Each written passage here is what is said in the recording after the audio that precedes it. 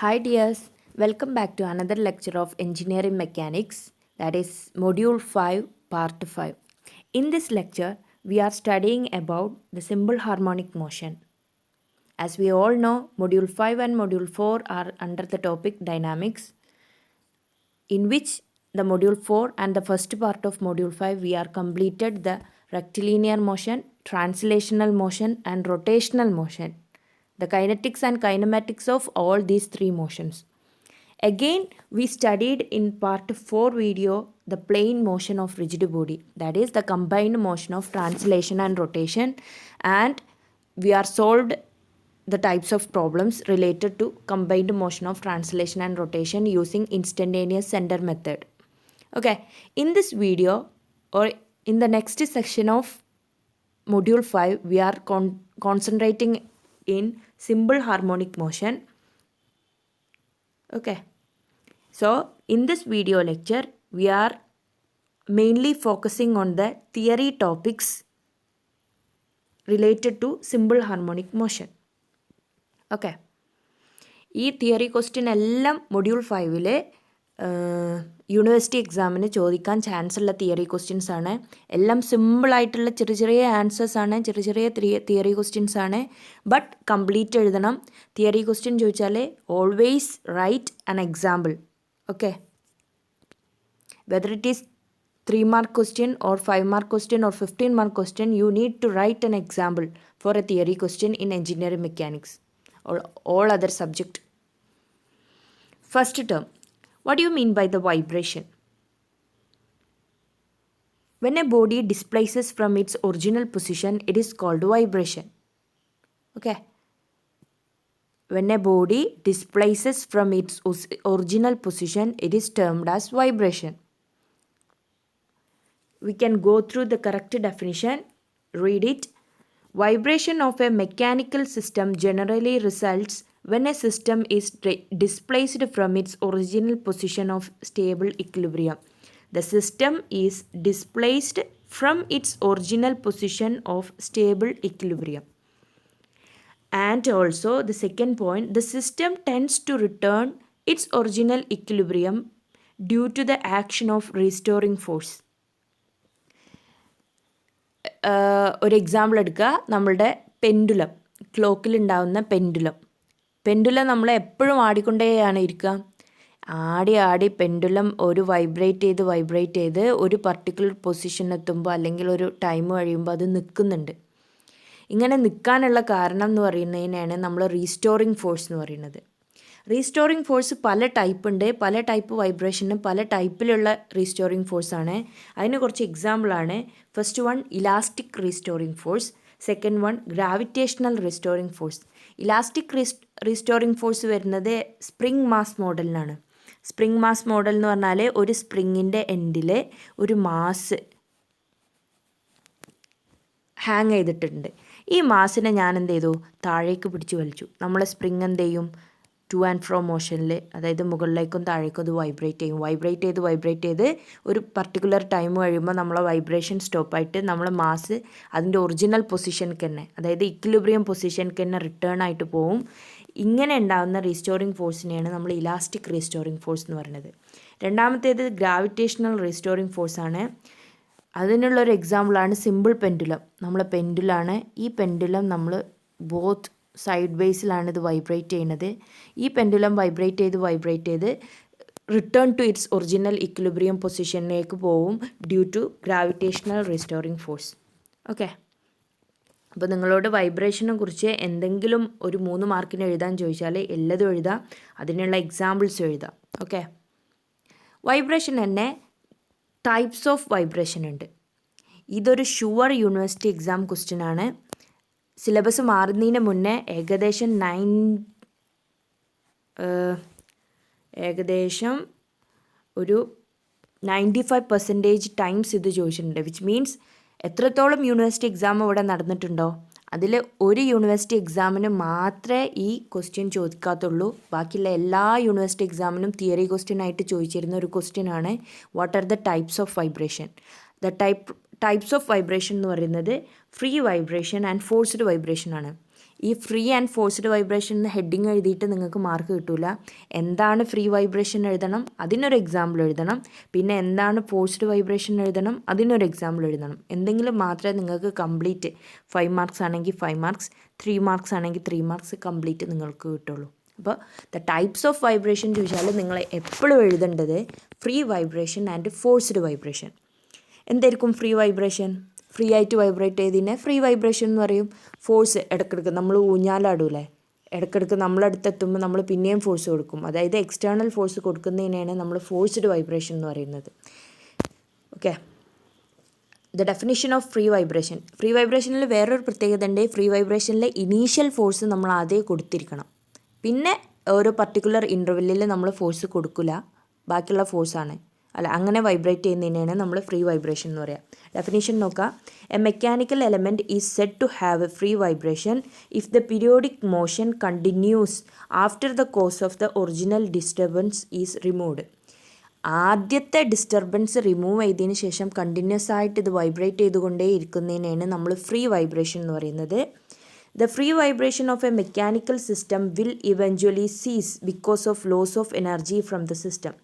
Free vibration ആകുമ്പോൾ കുറേ time കഴിയുമ്പോൾ ഇത് ആടി അല്ലെങ്കിൽ വൈബ്രേറ്റ് ചെയ്ത് തിരിച്ച് അതിൻ്റെ ഇക്വിലിബ്രിയം പൊസിഷനിൽ വരും. ദാറ്റ് ഈസ് റീസ്റ്റോറിങ് ഫോഴ്സ് ഉണ്ടാകുമ്പോൾ, അല്ലെങ്കിൽ ലോസ് ഓഫ് എനർജി കാരണം. ഇതിനുള്ള 2 എക്സാമ്പിളാണ് free vibration of A stretched plastic band അല്ലെങ്കിൽ ഇലാസ്റ്റിക് ബാൻഡ്.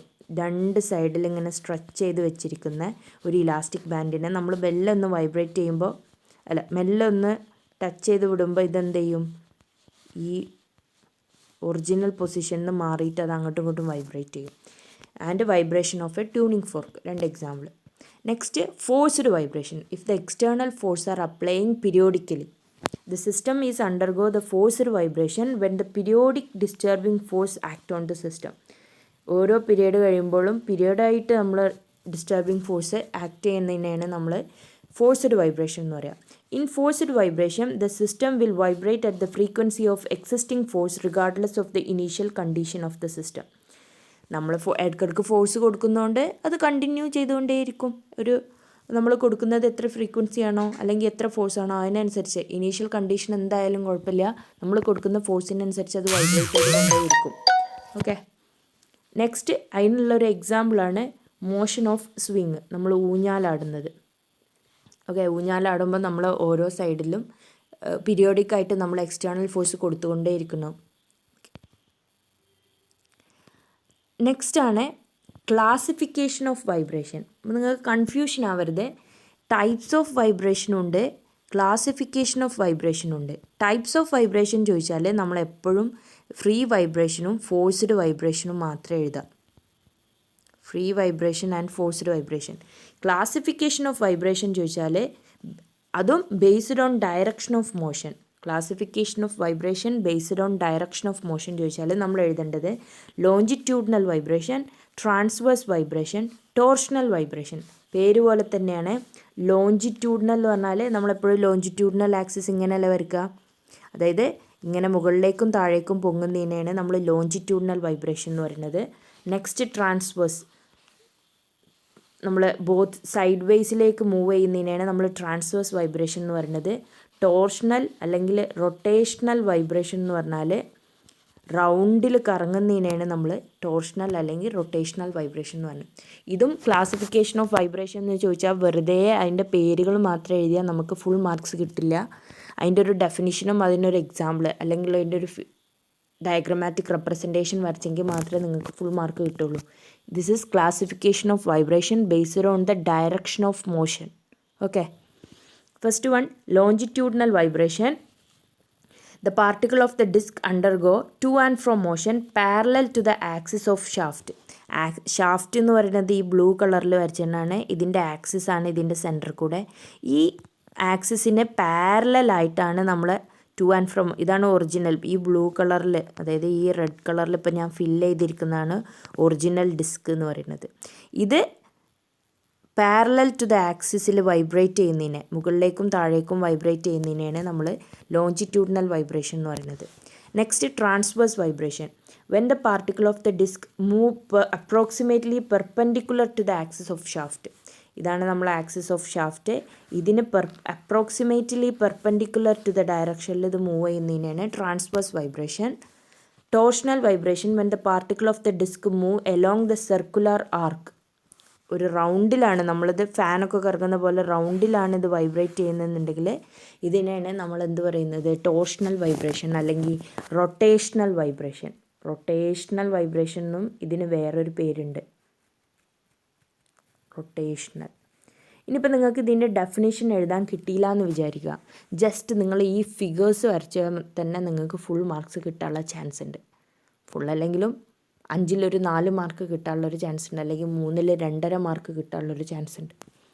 ഓക്കെ, അപ്പോൾ എന്താണ് വൈബ്രേഷൻ? ടൈപ്സ് ഓഫ് വൈബ്രേഷനിൽ free vibration, forced vibration, classification of vibration based on the direction of motion അനുസരിച്ച് longitudinal vibration, transverse vibration, torsional vibration പഠിച്ചു. അടുത്തൊരു theory ടോപ്പിക്കാണ് degrees of freedom. ഈ degrees of freedom theory question ആയിട്ട് ചോദിക്കാനുള്ള chance കൂടുതൽ തന്നെയാണ്. Degrees of freedom, degrees of ഫ്രീഡത്തിന് നമുക്ക് ഷോർട്ടായിട്ട് DOF എന്ന് വിളിക്കാം. The number of degrees of freedom of a physical system. ഇതൊന്നും അല്ലാണ്ട് കാര്യമാക്കണ്ട, ഈ ഡെഫിനേഷൻ കറക്റ്റായിട്ട് എഴുതുക. It is the number of independent spatial coordinates required to define the configuration of a system. അതായത് ഒരു സ്പേസിലുള്ള ഒരു ബോഡീൻ്റെ പൊസിഷനെ ഡിഫൈൻ ചെയ്യാൻ നമുക്ക് എത്ര കോർഡിനേറ്റ്സിൻ്റെ ആവശ്യമുണ്ട്, ഇതിൻ്റെ എണ്ണത്തിനെയാണ് നമ്മൾ ഡിഗ്രീസ് ഓഫ് ഫ്രീഡം എന്ന് പറയുന്നത്. ഒരു എക്സാമ്പിൾ എടുക്കാം. നമ്മളുടെ ഒരു റൂമുണ്ട്. നമ്മൾ ഈ റൂമിൽ ഒരു ഫാന് ഫിറ്റ് ചെയ്യാൻ വേണ്ടി ഒരു ഇലക്ട്രിക്കൽ മാനോട് നമ്മൾ പറയണം, നമ്മൾ വീട്ടിലില്ല, ഫാനിൻ്റെ പൊസിഷൻ അവർക്ക് കറക്റ്റ് പറഞ്ഞു കൊടുക്കണം. നമുക്ക് എത്ര റീഡിങ്സിൻ്റെ ആവശ്യമുണ്ട്? ലെഫ്റ്റിലെ വാളിൽ നിന്നും ഫാനിലേക്കുള്ള ദൂരം വേണം, റൈറ്റിൽ അതിൻ്റെ തൊട്ടപ്പുറത്തുള്ള വാളിൽ നിന്നും ഫാനിലേക്കുള്ള ഡിസ്റ്റൻസ് പറഞ്ഞു കൊടുക്കണം. എത്ര ഹൈറ്റിലാണ് ഫാന് വേണ്ടത്, അതായത് ആ ഫാനിൻ്റെ പൊസിഷൻ ഡിഫൈൻ ചെയ്യാൻ നമുക്ക് 3 റീഡിങ്ങിൻ്റെ വാല്യൂസ് അത്യാവശ്യമാണ്. ഈ 3 നമ്മൾ അതിൻ്റെ ഡിഗ്രീസ് ഓഫ് ഫ്രീഡം എന്ന് പറയുന്നത്. അതായത് if we want to define the position of a system, we need some spatial coordinates to specify the position. The number of spatial coordinates is known as degrees of freedom. It is the number of spatial coordinates required to define the position of the system, അല്ലെങ്കിൽ configuration of the system is known as degrees of freedom. As the third point നോക്കാം, as the constraint to the motion reduces the degrees of freedom of the system. അപ്പോൾ ഇതിന് constraints കൂടുന്നതിനനുസരിച്ച്, അതായത് കൺസ്ട്രെയിൻസിൻ്റെ meaning എന്താ, restrictions കൂടുന്നതിനനുസരിച്ച് degrees of freedom കുറഞ്ഞുകൊണ്ടേയിരിക്കും. അതായത് നമ്മളുടെ freedom കുറഞ്ഞുകൊണ്ടേയിരിക്കും restrictions കൂടുമ്പോൾ. സാധാരണ കേസിലും അങ്ങനെ തന്നെയല്ലേ വരുന്നത്. റെസ്ട്രിക്ഷൻസ് കൂടുന്നതിനനുസരിച്ച് നമുക്ക് പുറത്തു പോകാനുള്ള ഫ്രീഡം കുറഞ്ഞുകൊണ്ടേയിരിക്കും. അതുപോലെ തന്നെ ഇപ്പോൾ ഇതൊരു ഹാങ് ചെയ്യുന്ന ഒരു ഫാനാണെന്ന് വിചാരിക്കുക, അല്ലെങ്കിൽ ഒരു ബൾബാണ് വിചാരിക്കുക. അപ്പോൾ ഏത് ആംഗിളിലാണ് ഈ ഫാൻ അല്ലെങ്കിൽ ബൾബ് മൂവ് ചെയ്യുന്നതെന്ന് കൂടി നമുക്ക് പൊസിഷൻ നോക്കേണ്ടി വരും. പല ടൈപ്പിലുണ്ട്. ഇപ്പോൾ ഒരു സ്പേസിൽ നമ്മൾ എവിടെയും കണക്ട് ചെയ്യാതെ നിൽക്കുന്ന ഒരു ബോളാണ് അല്ലെങ്കിൽ ഒരു ഒബ്ജക്റ്റ് ആണെന്നുണ്ടെങ്കിൽ അതിൻ്റെ എക്സ് കോർഡിനേറ്റ് വേണം, വൈ കോർഡിനേറ്റ് വേണം, സെഡ് കോർഡിനേറ്റ് വേണം. എക്സിൽ നിന്നുള്ള ആംഗിൾ വേണം, വൈ ആക്സിസിൽ നിന്നുള്ള ആംഗിൾ വേണം, സെഡ് ആക്സിസിൽ നിന്നുള്ള ആംഗിൾ വേണം. ഇങ്ങനെ 6 ഡിഫൈൻ ചെയ്യുന്ന സ്പേഷ്യൽ കോർഡിനേറ്റ്സ് ഉണ്ടെങ്കിലേ നമുക്ക് ആ സ്പേസിലുള്ള ഒരു ബോഡീനെ സ്പെസിഫൈ ചെയ്യാൻ പറ്റുള്ളൂ. അതായത് അതാണ് സെക്കൻഡ് പോയിന്റ് പറയുന്നത്. A rigid body in space has 6 degrees of freedom. 3 കോർഡിനേറ്റ്സും 3, അതായത് റെക്റ്റിലീനിയർ പൊസിഷൻ മനസ്സിലാക്കണം, 3 parameters to the define the angular position, that is θx, θy, θz, ഇങ്ങനെ 5. ഇനി ഈ ഡെഫിനേഷൻസ് മനസ്സിലാവാത്തവർക്ക് എക്സാമ്പിൾ ഉണ്ട്. പല പല ഡിഗ്രീസ് ഓഫ് ഫ്രീഡം ഉണ്ടാവും. ഇപ്പോൾ സ്പേസിലുള്ളൊരു ബോഡിക്ക് 6 ഡിഗ്രി ഓഫ് ഫ്രീഡമാണ് പറഞ്ഞു. ഇങ്ങനെ 1 ഡിഗ്രീസ് ഓഫ് ഫ്രീഡം ഉള്ള സിസ്റ്റം ഉണ്ടാവും, 2 ഡിഗ്രീസ് ഫ്രീഡം ഉള്ള സിസ്റ്റം ഉണ്ടാവും, 3 ഡിഗ്രീസ് ഫ്രീഡം ഉള്ള സിസ്റ്റം ഉണ്ടാവും. നമ്മളിവിടെ 1 ഡിഗ്രീസ് ഓഫ് ഫ്രീഡത്തിൻ്റെയും 2 ഡിഗ്രീസ് ഓഫ് ഫ്രീഡത്തിൻ്റെയും എക്സാമ്പിൾസാണ് നോക്കുന്നത്. അപ്പോൾ സിംഗിൾ ഡിഗ്രീസ് ഓഫ് ഫ്രീഡമാണ്. ഫസ്റ്റ് നമ്മൾ ഈ ഫിഗർ B ശ്രദ്ധിക്കുക. ഒരു പെൻഡുലാണ്. ഈ പെൻഡുലം ഒരു സ്ട്രിങ്ങിലാണ്. നോൺ സ്ട്രെച്ചബിൾ സ്ട്രിങ്ങിലാണ് നമ്മൾ ഈ പെൻഡുലത്തിൻ്റെ മാസ് തൂക്കിയിട്ടുള്ളത്. ഈ മാസിൻ്റെ പൊസിഷൻ എവിടെയാണെന്ന് അറിയണം എന്നുണ്ടെങ്കിൽ നമുക്ക് ഈ ഒരു ആംഗിൾ മാത്രം മതി. ഇപ്പോൾ നമ്മളോട് പറയാം ആംഗിൾ 45 ഡിഗ്രിയിൽ ഒരു സിമ്പിൾ പെൻഡുലം ഉണ്ടെന്ന് പറഞ്ഞാൽ നമുക്ക് ഇമാജിൻ ചെയ്യാം നമ്മളെ സെൻട്രൽ പൊസിഷനിൽ ഒരു 45 ഡിഗ്രി ആംഗിളിൽ നമുക്ക് ഈ മാസിൻ്റെ പൊസിഷൻ വരക്കാൻ ഒരു ബുദ്ധിമുട്ടില്ല. അതായത് ഈ മാസിൻ്റെ പൊസിഷൻ ഡിഫൈൻ ചെയ്യാൻ നമുക്ക് തീറ്റ എന്ന് പറഞ്ഞിട്ടുള്ളൊരു ടേം മാത്രം മതി. So this is single degrees of freedom അല്ലെങ്കിൽ 1 ഡിഗ്രി ഓഫ് ഫ്രീഡം. ഇനി ഫിഗർ എ എടുക്കുക. ഒരു സ്പ്രിങ്ങിൽ മാസ് തൂക്കിയിട്ടിരിക്കുന്നു. ഈ മാസിൻ്റെ പൊസിഷൻ അറിയണം എന്നുണ്ടെങ്കിൽ നമുക്ക് എന്ത് ചെയ്താൽ മതി, ഈ മാസിനെ എന്തായാലും മൂവ് ചെയ്യാൻ the movement of mass is restricted only in the y direction, right? ഇതിന് മുകളിലേക്കും താഴേക്കും മാത്രമേ ഇതിന് മൂവ് ചെയ്യാൻ പറ്റുള്ളൂ.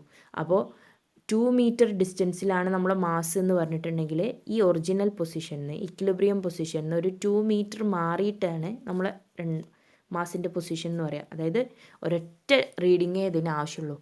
ഇതിനെയാണ് സിംഗിൾ ഡിഗ്രീസ് ഓഫ് ഫ്രീഡം പറയുന്നത്. 2 degrees of freedom. 2 degrees of freedom എന്ന് പറഞ്ഞാൽ ഒരു മാസിൻ്റെ പൊസിഷൻ അറിയണമെങ്കിൽ നമുക്ക് 2 റീഡിങ്സ് അത്യാവശ്യമാണ്. അതിനുള്ളൊരു എക്സാമ്പിളാണ് നേരത്തെ നമ്മൾ സിമ്പിൾ പെൻഡുലം കണ്ടില്ലേ. ഈ സിമ്പിൾ പെൻഡുലത്തിലെ സ്റ്റേബിളായിട്ടുള്ളൊരു സ്ട്രിങ്ങിന് പകരം നമ്മളൊരു സ്പ്രിങ് ആണ് ഈ മാസിൽ തൂക്കിയിട്ടുള്ളത്. സ്പ്രിങ്ങിലാണ് നമ്മൾ മാസ് തൂക്കിയിട്ടത്.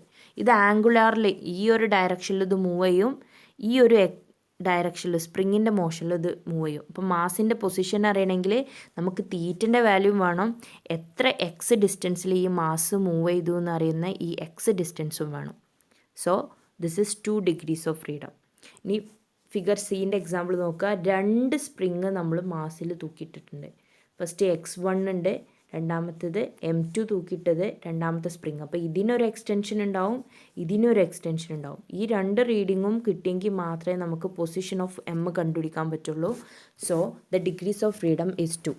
അപ്പോൾ നിങ്ങളോട് ഡിഗ്രീസ് ഓഫ് ഫ്രീഡത്തിൻ്റെ ഒരു തിയറി ക്വസ്റ്റ്യൻ എഴുതാൻ ചോദിച്ചാൽ നിങ്ങളതിൻ്റെ ഡെഫിനിഷൻ എഴുതുക.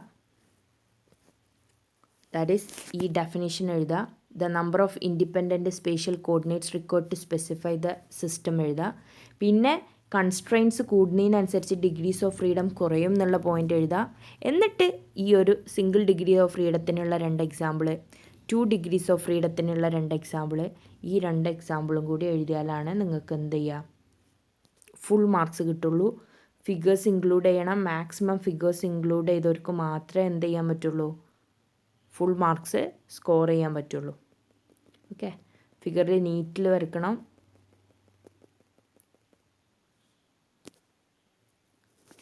ഇനി ഇതിൽ നമ്മൾ മുന്നേ കണ്ട് പരിചയമുള്ള വൈബ്രേഷനിൽ നമ്മൾ സാധാരണ യൂസ് ചെയ്യുന്ന കുറച്ച് ടേംസാണ്. First term frequency. എന്താ ഫ്രീക്വൻസിൻ്റെ definition? The number of cycles per unit time. Frequency സാധാരണ റെപ്രസെൻ്റ് ചെയ്യുന്നത് ഹേർട്സ് അല്ലെങ്കിൽ സൈക്കിൾസ് പെർ സെക്കൻഡ് CPS അല്ലെങ്കിൽ oscillations per second OPS. Okay, hertz, CPS, CPS. C എന്ന് പറഞ്ഞാൽ സൈക്കിൾസ് പെർ സെക്കൻഡ് അല്ലെങ്കിൽ OPS. O എന്ന് പറഞ്ഞാൽ ഓസിലേഷൻ പെർ സെക്കൻഡ്. എഫിൻ്റെ ഒരു ഇക്വേഷൻ ഉണ്ട്, F is equal to 1/TP, അതായത് ടൈം പീരിയഡ് 1/TP. ഇനി അടുത്തതാണ് പീരിയഡ് ഓഫ് വൈബ്രേഷൻ അല്ലെങ്കിൽ time period. It is the time interval after which the motion is repeated itself. Time taken for 1 complete oscillation. എന്ത് വേണമെങ്കിലും പറയാം. ഇതിൻ്റെ unit സെക്കൻഡിലാണ്, because it's a time. TP എന്ന് പറഞ്ഞ ടേമിലാണ് ഇത് റെപ്രസെൻ്റ് ചെയ്യുന്നത്. T∗P എന്ന് പറഞ്ഞാൽ 1/F ഈക്വലാണ്. Next, amplitude is the maximum displacement of the body. Vibrate ചെയ്യുന്നൊരു ബോഡിയാണെന്ന് വിചാരിക്കുക. വൈബ്രേറ്റ് ചെയ്തിട്ട് മാക്സിമം അതിന് എത്ര ഡിസ്റ്റൻസ് മൂവ് ചെയ്യാൻ പറ്റും, ആ മാക്സിമത്തിലുള്ള ഡിസ്പ്ലേസ്മെൻറ്റിനെ എക്സിൻ്റെ വാല്യൂ എപ്പോഴാണോ മാക്സിമം ആവുന്നത്, എക്സിൻ്റെ വാല്യൂ എപ്പോഴാണോ മാക്സിമം ആവുന്നത് ആ എക്സ് മാക്സിമം ആവുന്നതിനാണ് നമ്മൾ ആംപ്ലിറ്റ്യൂഡ് എന്ന് വിളിക്കുന്നത്. ആംപ്ലിറ്റ്യൂഡിനെ റെപ്രസെൻ്റ് ചെയ്യുന്നത് സ്മോൾ ലെറ്റർ R എന്നുള്ള ടേമിലാണ്. അതിൻ്റെ unit metre. Next, cycle. Motion completed in 1 time period is called cycle. അതിന് യൂണിറ്റും കാര്യങ്ങളൊന്നുമില്ല. ഈ ടേംസ് 2 പ്രാവശ്യം യൂണിവേഴ്സിറ്റി എക്സാമിന് ഡെഫിനിഷൻ എഴുതാൻ ചോദിച്ചിട്ടുണ്ട്. ഇനിയിപ്പോൾ നിങ്ങളോട് ഡെഫിനിഷൻ എഴുതാൻ പറഞ്ഞാലും യൂണിറ്റ് എഴുതാൻ പറഞ്ഞാലും നിങ്ങൾ എന്ത് ചെയ്യുക, ഈ കംപ്ലീറ്റ് എഴുതിയേക്കുക. അധികമൊന്നും ഇല്ലല്ലോ എഴുതാനേ, നിങ്ങൾക്ക് അറിയുന്നത് തന്നെയല്ലേ. അറിയുന്ന എന്തൊക്കെ വാല്യൂസ് ഉണ്ടോ അല്ലെങ്കിൽ എന്തൊക്കെ ആൻസേഴ്സ് ഉണ്ടോ അത് കംപ്ലീറ്റ് എഴുതണം എന്നാണ്. ഡെഫിനിഷനും എഴുതുക, അതിൻ്റെ യൂണിറ്റും എഴുതുക, അതിനെന്തെങ്കിലും ഇക്വേഷൻ ഉണ്ടെങ്കിൽ അതും കൂടി ഇൻക്ലൂഡ് ചെയ്തിട്ട് വേണം നിങ്ങൾ ചെയ്യാൻ. ഓക്കെ.